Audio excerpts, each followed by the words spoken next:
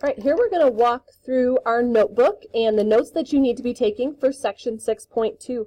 This is a fairly simple section, so all that you need is your math notebook and some colors. So again, it really helps to take notes in colors so your brain can remember that too. So I use just different colored pens. You could use colored pencils, you could use some markers, whatever works for you, but you will need some sort of colors to differentiate. Okay, so we're going to start on the next page in your notebook, right? And here we're looking at section 6.2. And in this section, we're really going to be learning about radicals and rational exponents. So you want to give yourself that note so when you look back at your notes, you know exactly what you're looking at. Okay, and so we always want to start with our learning targets. The first thing we're going to be doing is finding nth roots. And I'll explain in just a minute what that nth stands for and what it really means. So we're first going to be finding those nth roots. Then we're going to evaluate expressions that have rational exponents. So let's just take a second and think about what rational actually means, okay? So what does rational mean? Well, rational means that the number can be written as a fraction, okay? So can be written as a fraction. I'm just going to abbreviate it as that. So it can be written as something as a over b, okay? So we're dealing with fractional exponents here most likely, okay? So then our third learning target is we're going to do some solving, some real life problems. Okay, using those rational exponents. So these are our three main learning targets. So first we're going to look at nth roots and what they mean, and then we're going to be evaluating some expressions with those exponents, and then we're going to look at some real life problems. So this third learning target, these real life problems, really are going to be what you're doing when you're working on your homework and the practice problems for you. Okay, so here's one thing we need to know. Okay, so we're starting off with these nth roots, and I'm going to go ahead and use blue for this one. So if b to the n equals a. So if I have a base, that's what this b stands for, and I take it to an exponent, right? That's that n, and it equals a. Then I know b is an nth root of a. Okay? So this is what we're going to kind of live in. We're going to kind of live in our exponential land, okay? And we'll keep going there. So I have a base, taking that to an exponent equals a. So I know that then b is an nth root of a. So let's look at what some real nth roots look like. Okay, and we're only going to be talking about real roots here. So the real nth roots of a. Okay, there are some rules that we just want to follow just to kind of keep things simple. So I know that n is going to be an integer, right? That's greater than 1. Okay, so that's the important part. So n is always going to be greater than 1 here. And so then a is also going to be a real number. We're not going to deal with any imaginary numbers right now. Okay, so if keeping these two things in mind, if I know that n is odd, right, so if that is an odd value, then I know that a has one real nth root. Okay, and what that looks like is the nth root of a equals a to the 1 over n. And we're going to look at some numerical examples of this, some numbers, but this is just kind of what we want to keep in mind when we're going through those examples and working on our homework. Okay, so I know if n is odd, I've only got one real root. If I have n being even, but a is greater than 0, right, because a is a real number, so it could be less than 0, but if a is greater than 0, so it's a positive value, then a has 2 real roots. So what that looks like is I still have that nth root of a, but it's going to be plus or minus a to the 1 over n, right? So if it's even and a is greater than 0, I have to have this plus minus in front of here. And this will make a lot more sense when we start getting the numbers, but just keep in mind, if it's even, if n is even and a is greater than 0, I have to have that plus minus. Okay, so now we're going to see if what if n is even and a is equal to 0. Well, if a is equal to 0, then a really only has one real root. And that would be, in fact, the nth root of 0 is 0, right? Because it doesn't matter how many times I multiply 0 times itself, I'm always going to get 0.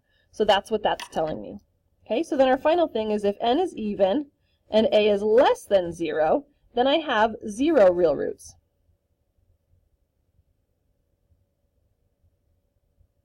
So let's look at what that would look like. So if a is less than 0, that means that the thing that's underneath my radical is negative. And right now, we don't know how to deal with that or what that is, and it's not a real number. It's what we call an imaginary number. So right now, all we need to know is that if that a value is less than 0, then I have no real roots. Okay? So this will come up in your homework sum. Okay, so the next thing we're really going to be looking at is those rational exponents.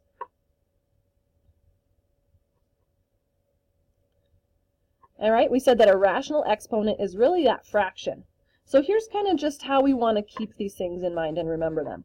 So I know that if I've got a, which is in this case my base, and here's my exponent, m over n, that's the same thing, or it equals a to the 1 over n times to the nth, right? And this follows some of our rules of exponents.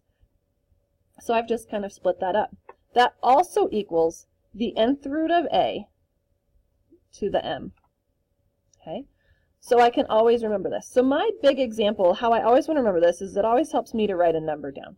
So I know if I've got 2 to the 1/3, that equals, the denominator becomes the root that I'm taking of 2, and my numerator comes inside with that value. Okay, so now here I'd be finding the cube root of 2. So I can go back and forth between these two different ways to write it, depending on which thing I'm looking for and what really is going to help me. Okay, so now we're going to actually look at evaluating those nth roots. Okay.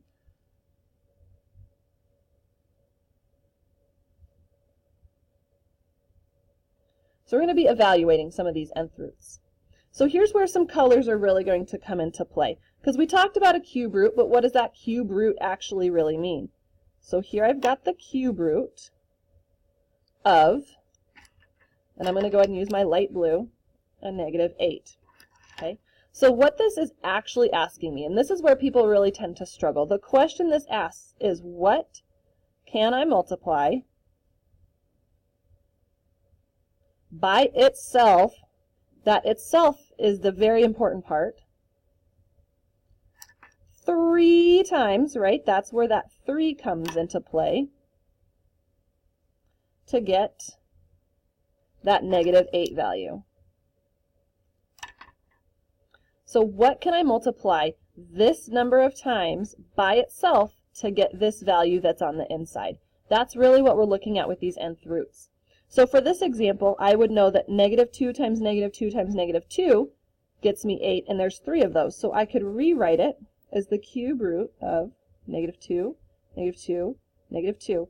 And it's really important here to notice that I have this 3, this cube root, so that means I need to have 3 of these.